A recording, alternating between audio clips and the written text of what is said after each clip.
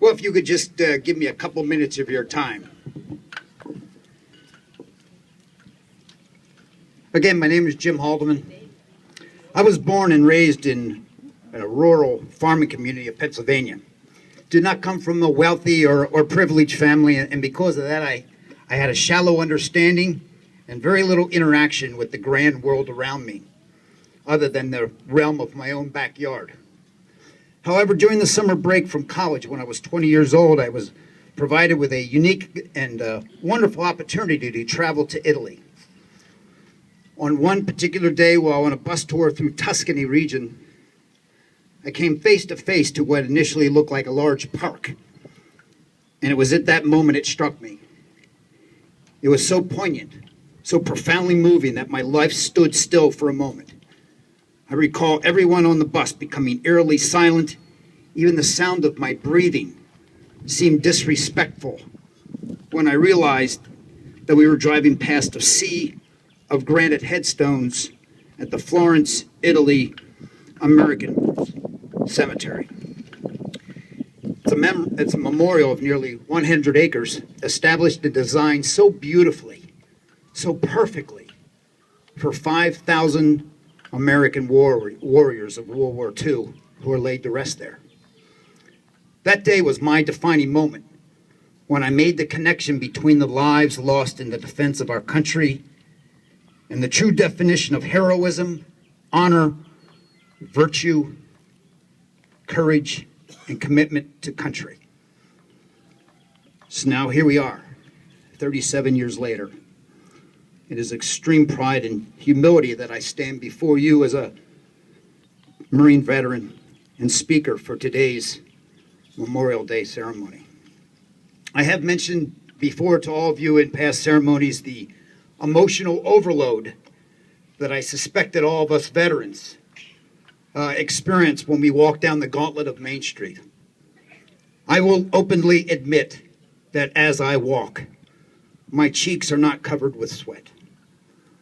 Besides, Marines are not authorized to sweat. But on rare occasion, we are given permission to weep with pride for our fallen heroes who we knew as our friends and comrades. It's an eternal bond that we all maintain for our fallen friends that even death itself cannot break.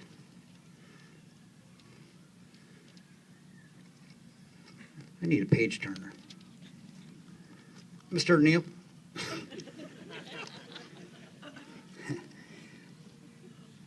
Pardon me. I was on a roll too. So today proudly I walk down our Main Street to represent the fallen heroes of years past. We are so proud to be part of this community as we gather here at this Veterans Memorial together in unity as one to ensure that this day is celebrated with passion, respect, honor, and reverence. But let us remember one thing. This day is not kept alive for the veterans who are among us in this audience.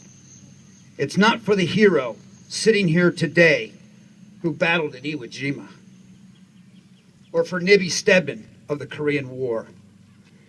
It's not for those behind me who took Hamburger Hill 937 in 1969 in Vietnam, or those of us here representing the Gulf Wars. The voices of our fallen comrades speak to us every day, not just on Memorial Day. This day is designed to bring a clear understanding that we truly live in the greatest country in the world, and it is you, the citizenry of the communities of South Kingstown and throughout this country, that keep it alive and mandate that it's celebrated as a day of mourning for those who are no longer with us and for their families.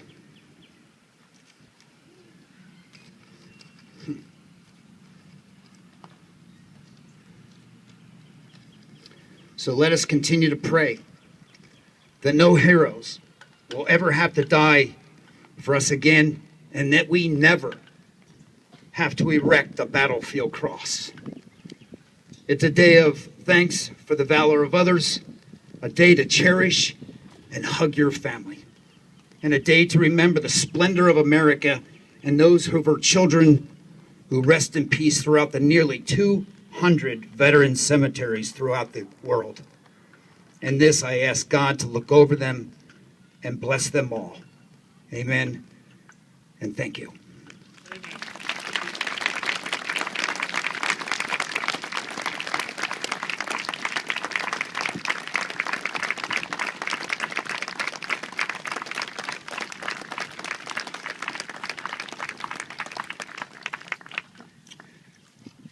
At this time, I would like to introduce Miss Sandra Nugent, who will sing Amazing Grace, as she has done so beautifully over the past several years.